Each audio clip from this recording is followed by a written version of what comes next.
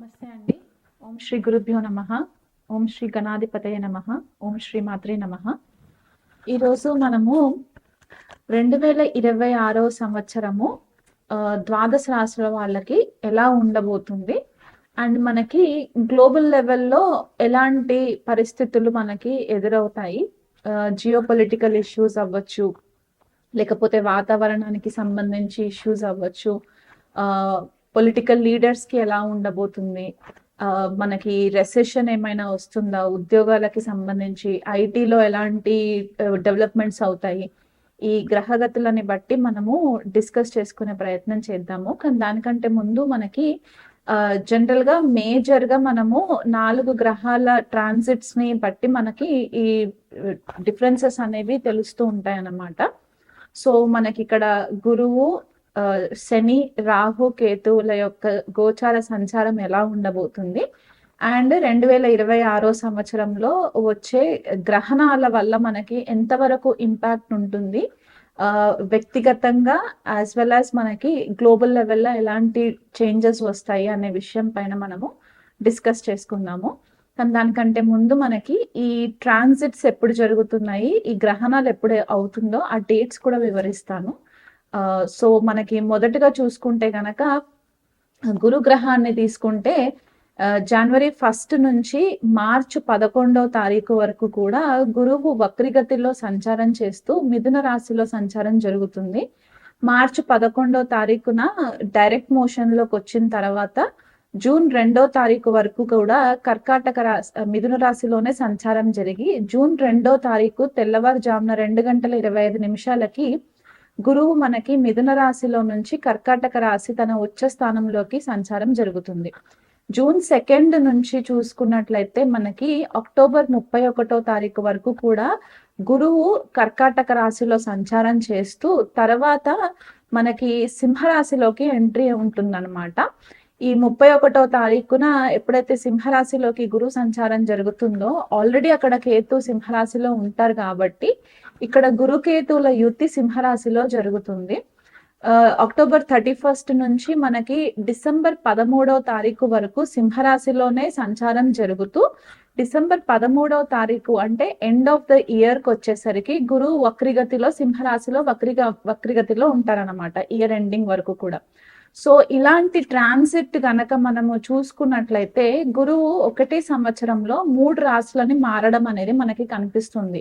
అంటే ఒకటి మిథున రాశి వాయుతత్వ రాశి అవుతుంది, కర్కాటక రాశి జలతత్వ రాశి అండ్ సింహరాశికి వచ్చేసరికి అగ్నితత్వ రాశి అవుతుంది. కాబట్టి ఇలాంటి మూవ్మెంట్ ఎలిమెంట్స్ లో చేంజెస్, అంటే ప్రకృతికి సంబంధించిన ఈ పంచభూతాలలో వాయువు, జలము అండ్ అగ్నికి సంబంధించి తత్వాలలో చేంజెస్ రావడం జరుగుతుంది. కాబట్టి గురువు జనరల్ గా ఏంటంటే మనకు అన్ని విధాలుగా శుభ ఫలితాలను ఇచ్చే గ్రహం కాబట్టి ఇలాంటి ట్రాన్సిట్ జరిగినప్పుడు సకల చరాచరాల పైన, జీవరాశుల పైన ఎలాంటి ఎఫెక్ట్స్ ఉంటాయి అనేది కూడా మనకి గతంలో గనక ఒక 100 సంవత్సరాల క్రితము ట్రాన్సిట్స్ ని గనక మనము పరిశీలన చేసుకుంటే ఈ పర్టిక్యులర్ మూవ్మెంట్ ని అతిచారి మూవ్మెంట్ అంటారనమాట. అంటే ఫాస్ట్ గా మూవ్ అవుతూ ఉంటుంది గురువు.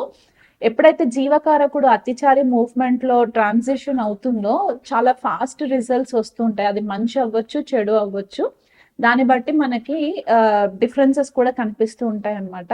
సో గురువు మనకి చాలా ఇంపార్టెంట్ రోల్ ప్లే చేస్తుంది ఈ ఇయర్ అంతా కూడా. అది కాకుండా మనకి రాహు అండ్ కేతు సంచారం చూసుకున్నట్లయితే ప్రజెంట్ రాహు మనకి శతభిష నక్షత్రంలో కుంభరాశిలో సంచారం జరుగుతూ ఉంటుంది. తర్వాత మధ్యలో ధనిష్ట నక్షత్రంలోకి ట్రాన్సిషన్ అవుతుంది అనమాట రాహుకి వచ్చేసరికి. ఆల్మోస్ట్ మనకి ఆగస్ట్ ఆ టైంకి మనకి ధనిష్ట నక్షత్రంలోకి సంచారం జరుగుతుంది. కేతు కనుక చూసుకున్నట్లయితే ప్రజెంట్ మనకి జనవరి 1 నుంచి మార్చ్ 29 వరకు కూడా పూర్వ ఫాల్గుని నక్షత్రము సింహరాశిలో సంచారం జరుగుతూ తర్వాత కేతు మఖ నక్షత్రంలోకి సంచారం జరుగుతుంది. వృషభ రాశి వాళ్ళకి 2026 సంవత్సరం ఎలా ఉండబోతుందో చూద్దామండి. వీళ్ళకి వృషభ రాశి వాళ్ళకి ధనానికి సంబంధించి ఈ సంవత్సరం అంతా కూడా కొద్దిగా ఫేవరబుల్ రిజల్ట్స్ గానే కనిపిస్తుంది. ఎందువల్ల అంటే ధనస్థానంలో ధనకారకుడైన గురువు సంచారము మనకి జూన్ 2వ తారీఖు వరకు కూడా మీకు మంచి ఆపర్చునిటీస్ వెల్త్ వైజ్ గా ఇంక్రీజ్ అవ్వడానికి కనిపిస్తుంది. అండ్ జూన్ తర్వాత మనకి గురువు వచ్చేసి తృతీయ స్థానంలోకి అండ్ అక్టోబర్కి వచ్చేసరికి చతుర్థ స్థానంలోకి సంచారం జరగడము. సో ఎలా చూసుకున్నా కూడా మేజర్ ఫస్ట్ హాఫ్ అంతా కూడా మీకు మనీ సంపాదించడానికి మంచి ఆపర్చునిటీస్ రావడానికి లేకపోతే విదేశ ప్రయాణాలు చేయడానికి కూడా మీకు ఆపర్చునిటీస్ అనేవి కనిపిస్తూ ఉన్నాయి. చతుర్థంలో కేతు సంచారం ఉంటుంది కాబట్టి కొద్దిగా గృహ వాతావరణానికి సంబంధించి మీ తల్లి గారికి సంబంధించి మీ మానసిక ప్రశాంతతకి సంబంధించి కొన్నిసార్లు మీకు డిస్టర్బెన్సెస్ రావడానికి కనిపిస్తుంది. ఎందువల్ల అంటే దశమంలో రాహు సంచారము సంవత్సరం అంతా కూడా రాహు దశమ స్థానంలోనే ఉంటారు కాబట్టి మీకు ఇక్కడ ఏమవుతుందంటే కెరియర్ పైన ఎక్కువ ఫోకస్ అవ్వడము, బయట ఎక్కువ టైం స్పెండ్ చేయడము, ఆఫీస్ విషయాలలో ఎక్కువ ఫోకస్ అయిపోవడము, కొత్త ప్రాజెక్ట్స్ మీకు రావడము, దానివల్ల మీకు రెస్పాన్సిబిలిటీస్ ఎక్కువ అడిషనల్ గా జరగడం వల్ల ఏమవుతుందంటే మీరు గృహం పైన గృహ వాతావరణం పైన పెద్దగా దృష్టి పెట్టకపోవడం వల్ల కొద్దిగా మీరు డిటాచ్మెంట్ అనేది కనిపిస్తూ ఉంటుందన్నమాట. కొంతమందికి ఇక్కడ ఏమవుతుందంటే ఇది వరకు ఏదైనా ఇంటికి సంబంధించి ప్లానింగ్స్ చేయించుకోవాలి లేకపోతే మార్పులు చేర్పులు చేయించుకోవాలి అనుకున్న వాళ్ళకి ఈ కేతు కొద్దిపాటిగా హెల్ప్ చేస్తుంది. అంటే ఫైనాన్షియల్ గా మీరు ఇది వరకు కనుక సపోర్ట్ లేదు, నేను గృహానికి సంబంధించి ఏమైనా చేంజెస్ చేసుకోవాలని అనుకున్న వాళ్ళు ఉంటే కనుక అప్పుడు చేయలేని వాళ్ళు ఇప్పుడు చేయడానికి ఆస్కారం అనేది కనిపిస్తుంది. ఎందుకంటే మీకు ఆ సోర్సెస్ గురుగ్రహం మీకు ఆ సోర్సెస్ అండ్ ఆపర్చునిటీ క్రియేట్ చేస్తారు. కేతు మిమ్మల్ని ఫోర్స్ఫుల్ గా చేయడానికి కూడా కొద్దిపాటిగా ఆ టైం ఫ్రేమ్ అనేది సెట్ అవుతుంది అనమాట. ఇక్కడ రాహు దశమ స్థానంలో ఉన్నప్పుడు ఏమవుతుందంటే మీరు ఆఫీస్ లో మాత్రం చాలా జాగ్రత్తగా ఉండాలి. ఎందువల్ల అంటే మీరు కొద్దిపాటిగా బౌండరీస్ గీసుకోవాలన్నమాట. ఆపోజిట్ జెండర్ నుంచి మీకు కొద్దిపాటిగా డిస్టర్బెన్సెస్ రావడానికి లేకపోతే మిమ్మల్ని ఒక మాయలో పెట్టడానికి లేకపోతే ఆఫీస్ పాలిటిక్స్ లో మీరు కొద్దిగా మీ మాట నానుడి అయిపోవడము ఇలాంటివి కూడా కనిపిస్తున్నాయి. కాబట్టి మీ వర్క్ ఎంతవరకు ఇంపార్టెంట్ ఉందో అక్కడి వరకు మాత్రమే మీరు ఫోకస్ చేసి మిగతా విషయాలు అనవసరమైన విషయాలలో తలదూర్చకుండా ఉంటే గనక మంచిది. లేకపోతే అనవసరంగా మీ పైన కంప్లైంట్స్ రావడము, ఫాల్స్ అలిగేషన్స్ జరగడము, మీ పైన మైక్రో మేనేజ్మెంట్ జరగడము ఇలాంటివన్నీ కూడా మీ క్యారెక్టర్ కి సంబంధించి అసాసినేషన్స్ అవ్వడానికి కూడా ఈ రాహు కొద్దిగా ఇది సిచ్యువేషన్స్ క్రియేట్ చేస్తుంది. కాబట్టి ఆ విషయంలో కొద్దిగా జాగ్రత్తగా ఉండండి. లాభస్థానంలో శని సంచారము మీకు మంచి కెరియర్ గ్రోత్ కూడా కనిపిస్తుంది. ఇది వరకు ఎక్కడైనా స్టక్ అయిపోయి ఉంటే గనక ఇప్పుడు ఆపర్చునిటీస్ ఓపెన్ అవ్వడము, దానివల్ల మీకు మంచి రికగ్నిషన్ రావడము, మీ మేనేజర్స్ నుంచి సపోర్ట్ రావడము ఇలాంటివన్నీ కూడా మీకు కనిపించడానికి ఆస్కారం ఉంది. కాకపోతే శని యొక్క దృష్టి పంచమం పైన పడుతుంది కాబట్టి మీ ఆలోచన విధానంలో కొద్దిగా చేంజెస్ రావడము, కొన్నిసార్లు భార్యాభర్తల మధ్య కొద్దిగా టైం స్పెండ్ చేయలేక భార్యాభర్తల మధ్య లేకపోతే ఎవరన్నా ప్రేమ వ్యవహారాలలో ఉంటే గనక మీ పార్ట్నర్ తోటి మీరు సరైన సమయం ఇవ్వలేక లేకపోతే అక్కడ కొద్దిగా బౌండరీస్ గీసుకోలేక దాని వల్ల కొద్దిగా మాట పెరిగి కొద్దిగా డిస్టర్బెన్సెస్ రావడానికి ఛాన్సెస్ కనిపిస్తున్నాయి. కాబట్టి ఆ విషయంలో కొంచెం కేర్ఫుల్ గా ఉండండి.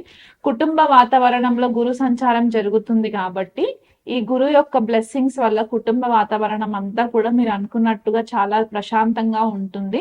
ఎటువంటి సమస్యలు మేజర్ గా వరి అవ్వాల్సిన సమస్యలు అయితే కనిపించట్లేదు. గురు యొక్క దృష్టి షష్ఠ స్థానం పైన కూడా ఉంటుంది కాబట్టి ఈ సంవత్సరంలో కూడా మీకు పెద్దగా హెల్త్ కి సంబంధించి ఇబ్బందులు కనిపించట్లేదు. ఎవరైనా సరే హెల్త్ విషయంలో స్పెసిఫిక్ గా డయాబెటీస్ ఉన్న వాళ్ళు లేకపోతే కార్డియాక్ సంబంధించిన ప్రాబ్లమ్స్ ఉన్న వాళ్ళు అయితే గనక తరచూ నెగ్లెక్ట్ చేయకుండా కొద్దిపాటిగా డాక్టర్స్ ని కన్సల్ట్ చేసే ప్రయత్నం చేసుకోండి. వృషభ రాశి వాళ్ళ మదర్ ఎవరైనా ఉంటే కనుక వాళ్ళకి హెల్త్ విషయంలో కొంచెం డిస్టర్బెన్సెస్ రావడానికి పాసిబిలిటీస్ కనిపిస్తున్నాయి. దానివల్ల మీరు కొద్దిగా డబ్బు ఖర్చు అవ్వడానికి కూడా పాసిబిలిటీస్ ఉన్నాయి. కాబట్టి ఆ విషయంలో మీరు నెగ్లిజెన్సీ చేయకుండా కొద్దిగా ఇమీడియట్ మెడికల్ సూపర్విజన్ తీసుకున్నట్లయితే కూడా మీకు ఫేవరబుల్ రిజల్ట్స్ వస్తాయి.